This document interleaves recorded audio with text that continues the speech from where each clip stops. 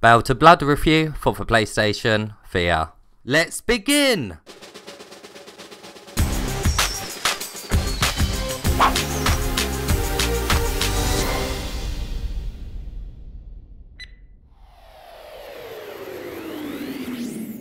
First up, let's take a look at the gameplay.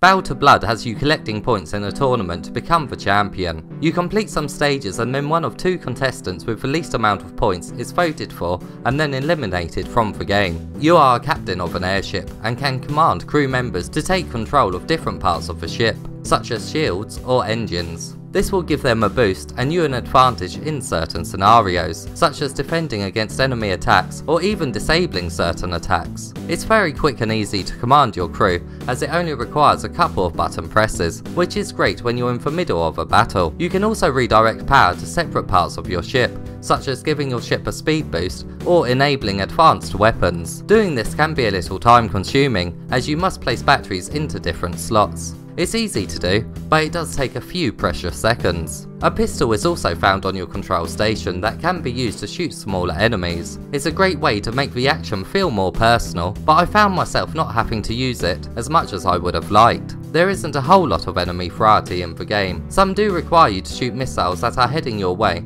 and some force you to get behind them to find their weak spot. And there is a few more, but overall, the fighting does get extremely repetitive, which is something we'll look into a bit later on. Each stage has a warp key you must acquire, but how you get these in each stage is a bit different. You may be racing another ship, scouting locations in hope of finding a warp key, or finding eggs within a time limit. Some stages are certainly more fun than others. Surprisingly, there is quite a lot of choice in this game. This comes in the form of discussions between you and other contestants. They may want a favour from you, or to simply have a chat to see what your motives are. Whether you decide to help them or not can have drastic changes to the game, as other contestants may agree or disagree with your decision. Finding the right balance is key, as you don't want to be hated, especially if you find yourself in the bottom two contestants who have the least amount of points. The less people you upset, the more chance you have of other contestants voting to keep you in the game for another round. If you do get voted out,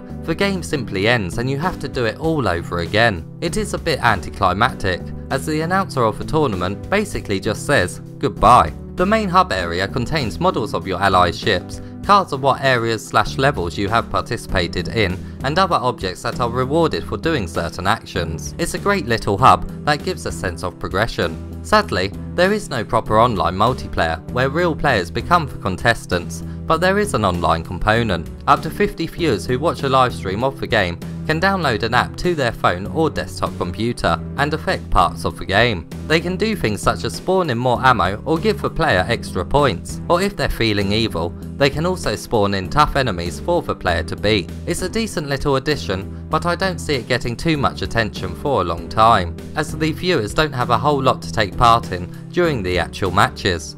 Now let's take a look at how immersive this game is.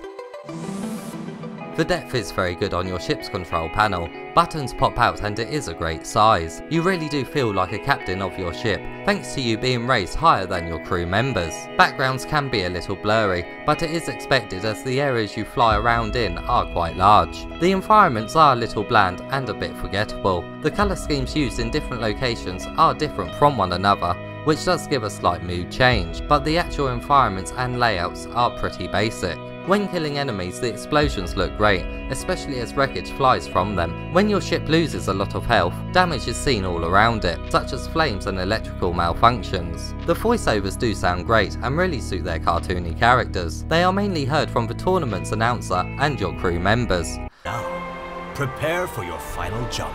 Now, with the culling complete, it's now time to find out who will receive the laurels. The Freelancer! The majority of the dialogue is told through text. Luckily, it is clear and easily readable. Now let's take a look at the setup and what controllers the game supports. I played this game in a seated position just under 2 meters away from the camera. The head tracking was great and the game did not make me feel motion sick, even on long play sessions. This game can be played with a DualShock controller or 2 Move controllers. The DualShock is by far the better option, as playing with 2 Move controllers requires you to press buttons to move the ship. Moving left, right, up and down requires 4 buttons to be pressed, and it is a bit fiddly. analog sticks on the DualShock controller is certainly the best way to play. Now let's take a look at the length of the game and what trophies come with it. Completion times will vary so much in this game, as if you get voted out of the game, you must restart it all over again. If you are a trophy hunter, you will be happy to know that there is a platinum up for grabs. In total there are 33 trophies that can be achieved. There is 16 bronze, 11 silver, 5 gold and 1 platinum. There is obviously a trophy for winning the tournament, but the majority are for completing the stages under certain conditions, such as winning the race in under 1 minute 20 and destroying every piece of a convoy. If you don't do these on your first attempt, you will likely have to play through the whole game again. Most of the other trophies are for defeating enemies with a certain weapon, and the rest should unlock naturally. And now it's time for the verdict.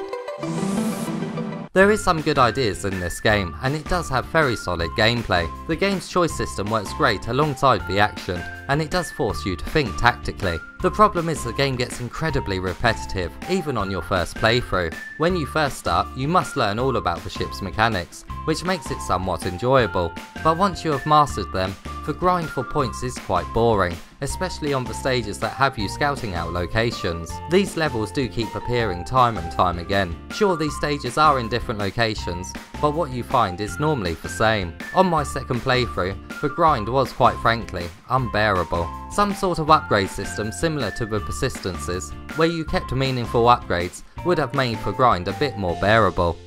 These t-shirts are now available. Check the link in the description of this video for more information.